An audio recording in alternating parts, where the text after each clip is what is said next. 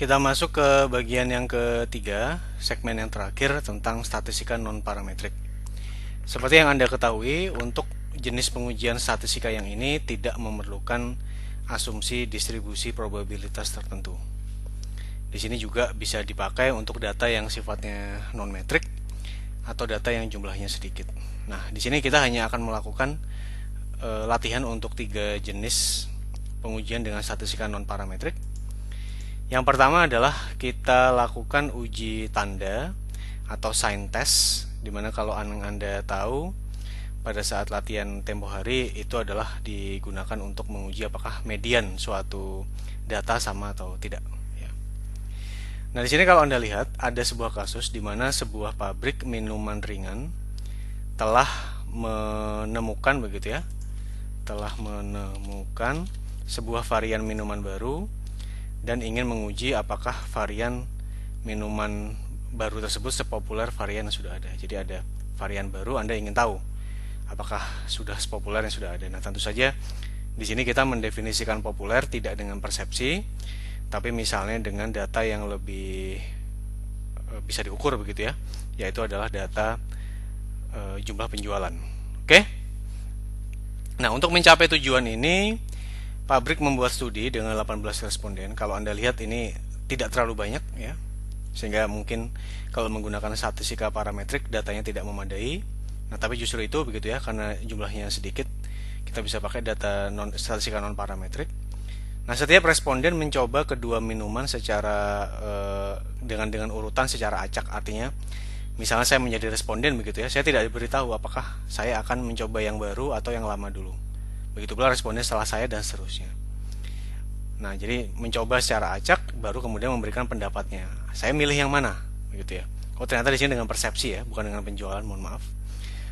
Nah, ternyata 5 orang kan datanya berarti adalah data non numerik sesuai dengan tujuan dari statistika non parametrik. Nah, ternyata ada 5 orang responden lebih menyukai varian baru dan sisanya lebih suka yang lama.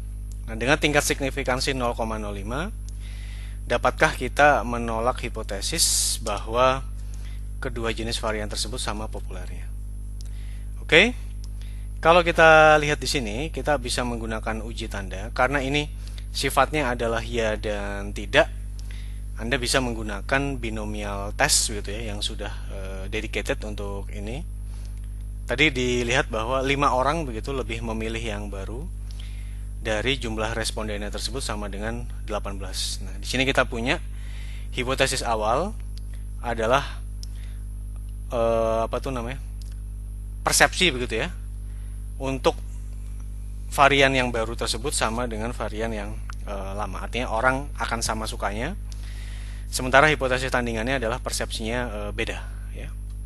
Nah, sehingga kalau kita lakukan pengujian di sini, Anda lihat bahwa nilai p-value-nya meskipun dia tidak signifikan, tetapi sudah lebih besar daripada alfa yang 0,05. Sehingga kalau secara statistik memang kita tidak punya bukti untuk bisa menolak hipotesis 0. Ya. Jadi Anda boleh menyimpulkan bahwa kedua varian minuman tersebut, yaitu yang lama dan yang baru, itu sama-sama populer. Oke? Itu adalah untuk uji tanda dengan sign test. Yang berikutnya di sini kita bisa menggunakan uji Wilcoxon sign rank test begitu ya.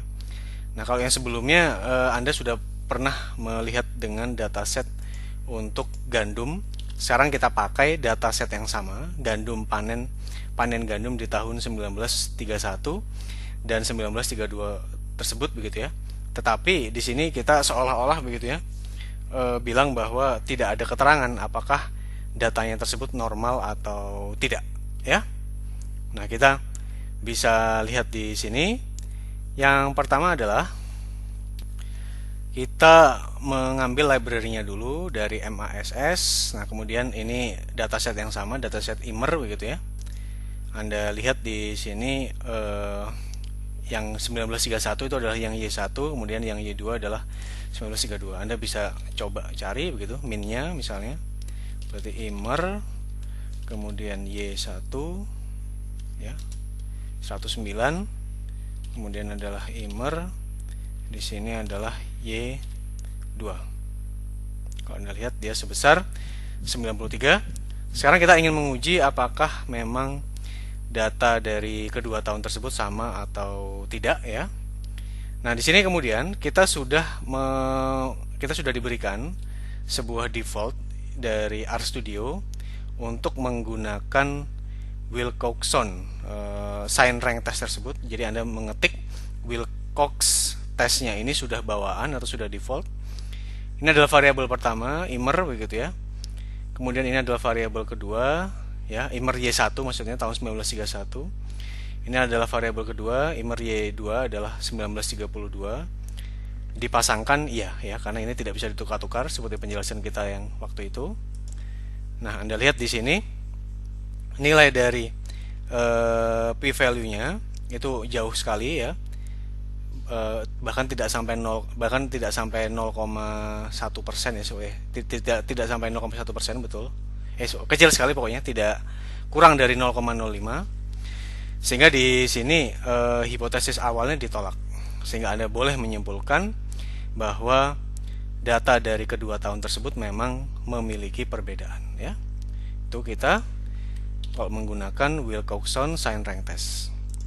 Nah, yang terakhir di sini kita akan menggunakan Kruskal-Wallis test gitu ya. Jadi seperti yang sudah dijelaskan di teori, ini dipakai untuk menguji apakah rataan begitu ya, atau apapun dari beberapa populasi tersebut sama. Nah, karena dia dari beberapa populasi, tentu Anda masih ingat bahwa kalau menggunakan parametrik kita bisa menggunakan ANOVA. Tapi karena ini sifatnya non parametrik, maka kita harus menggunakan yang lain ya, misalnya menggunakan Kruskal-Wallis. Jadi sudah dikumpulkan data kualitas udara, tepatnya adalah massa jenis dari ozon ya di New York dari bulan Mei sampai September 73. Nah, kemudian di sini tidak ada keterangan apakah datanya tersebut mengikuti distribusi normal atau tidak. Anda diminta untuk menguji apakah data pada setiap bulan tersebut selama 5 bulan itu adalah sama ya. Jadi Mei, Juni, Juli, Agustus, September. Nah, kita bisa menjalankan dulu datasetnya. Kalau Anda lihat di sini ada, kalau kita ambil ya, ini sudah dari RStudio-nya, dari MASS juga. Air quality. Nah, ini kalau kita lihat ya, maka di sini Anda bisa melihat bahwa di sini ada ozon, di sini kemudian ada MAN, gitu ya. Kalau Anda ingin melihat datanya secara rinci, Anda bisa lihat di sini misalnya air quality. Kemudian Anda ambil datasetnya tersebut adalah misalnya temperatur begitu ya. Bukan, ozon. Di sini adalah seperti ini. Kemudian di sini kalau Anda lihat ini ada dari dataset yang sama, air quality. Di sini kalau kita lihat ini ada MAN ya. Nah, ini pun sama kalau kita lihat. Nah, di sini kita tinggal mengepaskan mana kemudian yang akan kita tes ya. Di sini Anda bisa secara otomatis langsung, berarti kan intinya ini treatmentnya tersebut adalah MAN-nya ya. Jadi kalau dalam tabel ANOVA begitu ya, seolah maka di sini adalah tadi Mei, kemudian Juni, dan seterusnya. Di sini adalah sampai dengan September ya. Kemudian yang di sini ya setiap apa? Di sini ada datanya sendiri begitu ya, data dan seterusnya. Di situ bisa Anda bandingkan. Kemudian Anda bisa mengetesnya dengan Kruskal-Wallis. Kalau kita jalankan, nilainya adalah p-value-nya kecil sekali begitu ya.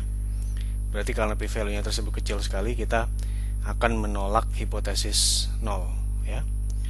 Berarti karena hipotesis 0 ditolak, di sini kita simpulkan bahwa rataan dari kelima bulan tersebut tidak sama, sehingga di sini kita bisa simpulkan bahwa massa jenis ozon bulanan di New York dari Mei sampai September itu berasal dari populasi yang tidak identik. Oke, di sini kita sudah bisa membuat kesimpulan begitu ya. Jadi itu adalah mengakhiri statistika non parametrik sekaligus mengakhiri segmen kita kali ini. Jadi Anda sudah belajar banyak. Kalau saya review, ingat ya, sudah belajar kira-kira, meskipun belum detail begitu ya, data frame contohnya di sini Anda belum belajar preprocessing, tapi paling tidak sudah mengerti kira-kira seperti apa distribusi statistika, estimasi, dan ini sudah belajar semua untuk yang inferensi. Baik, saya akhiri kuliah untuk RStudio ini. Assalamualaikum warahmatullahi wabarakatuh. Selamat pagi, selamat siang, atau selamat sore.